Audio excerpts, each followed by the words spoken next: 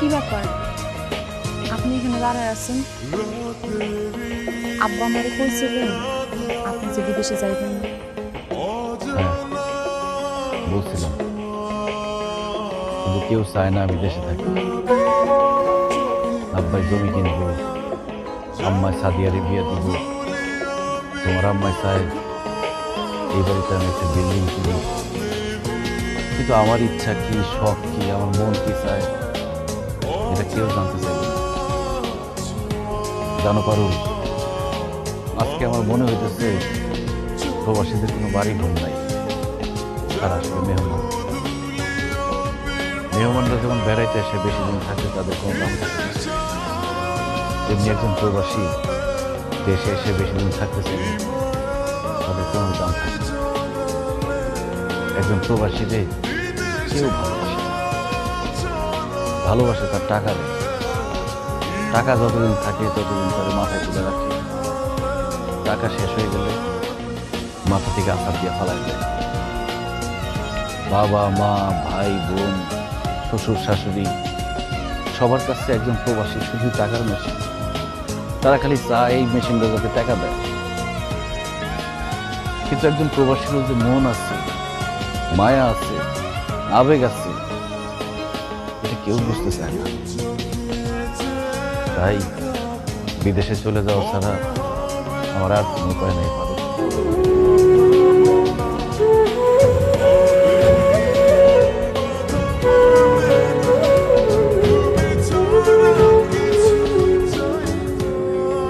কান্দিস না রে বোন, নিজের খেয়াল রাখিস আর ভাইয়ের লেগে দোয়া করিস।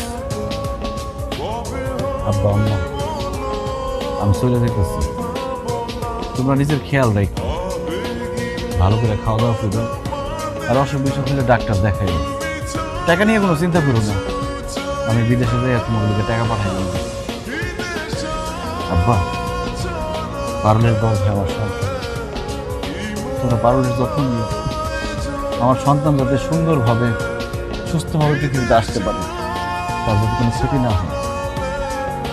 আব্বা আমার সন্তানের যদি কিছু হয় আমি মরে যাবো আব্বা। খুব ইচ্ছা আছে আমার সন্তান হওয়ার সাথে সাথে তারা আমি দেখবো, তারে কোলে নিব, কিন্তু সেটা তো আর হইল না। আমার ভিডিও কল দিয়ে দেখাইও আর ওর কানে কানে কয়ে দিও যে এটা তোর আব্বা। আমার জন্য তোমরা দোয়া করো, আমি যাতে বাইসে আমার দেশে ফিরতে পারি, আমার সন্তানের মুখটা দেখতে পারি, আমার সন্তানের মুখে বাবা ডাকটা শুনতে পারি। বাজার আর কাঁদিস না, বাজার কাঁদিস না। আমরা তো অবশ্যই তোর বউ দেখে রাখো, চিন্তা করিস না, তোর সন্তান তোর বউ সবাই খুব ভালো মতো থাকবে। বাবার নিজের খেয়াল রাখিস, খাওয়া দাওয়া ঠিক মতো করিস, বাড়ির কথা চিন্তা করিস না। আমি আছি, তোর আব্বা আছে, শুয়ে আছে, আমরা বউ মানে দেখে। আম্মা আমি জানি বাড়িতে আপনি একা মানুষ, আপনার অনেক কাজ, তারপর সময় পাইলে মাঝে মধ্যে এসে পারুলে দেখা যায়। পারুলে যদি কোনো সমস্যা হয় আমার আব্বা আম্মা তো আমার জানাইব না, ভাববো আমি দুশ্চিন্তা করবো। আপনি আমার একটু জানাই দিন। আমি অবশ্যই জানাবো বাবা, তুমি কোনো চিন্তা করো না, তুমি সাবধানে যাও। পারলে সব কথা আমি তোমার জানাবো বাবা, তুমি খালি আমার এই মনটার কথাটা একটু মাথায় রেখো। ঠিক আছে আম্মা। পারুল, স্বামী হিসেবে আমাকে যখন তোমার সবথেকে বেশি দরকার, তখনই আমি তোমার ছেড়ে অনেক দূরে চলে যেতেছি। এমন অযোগ্য স্বামী আমি, কি করুন কো? আমাকে প্রবাসীকে জীবনটাই আমি, ছুটি শেষ হয়ে গেলে সব খেলায় চলে যেতে হয়, সবার মুখে হাসি ফোটানোর জন্য, সবাইকে ভালো রাখার জন্য। আমি জানি আমি সবার মুখে হাসি ফোটাতে পারলেও এবার তোমার মুখে হাসি ফোটাতে পারবো না।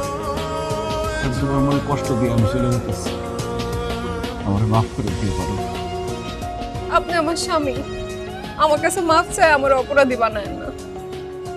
দোয়া করেন যাতে আপনার বাবা হনের স্বপ্ন আমি পূরণ করতে পারি, আপনার সন্তানের মুখ দেখাইতে পারি।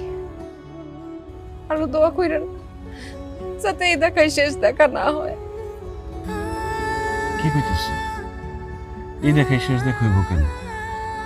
আমার ছোট খালা সন্তান জন্ম দেওয়ার সময় খালা মারা যায়। আমি যদি মরে যাই আমার মাফ করে দিয়ে। তোমার কিছু হইব না পারো, তোমার কিছু হইব না।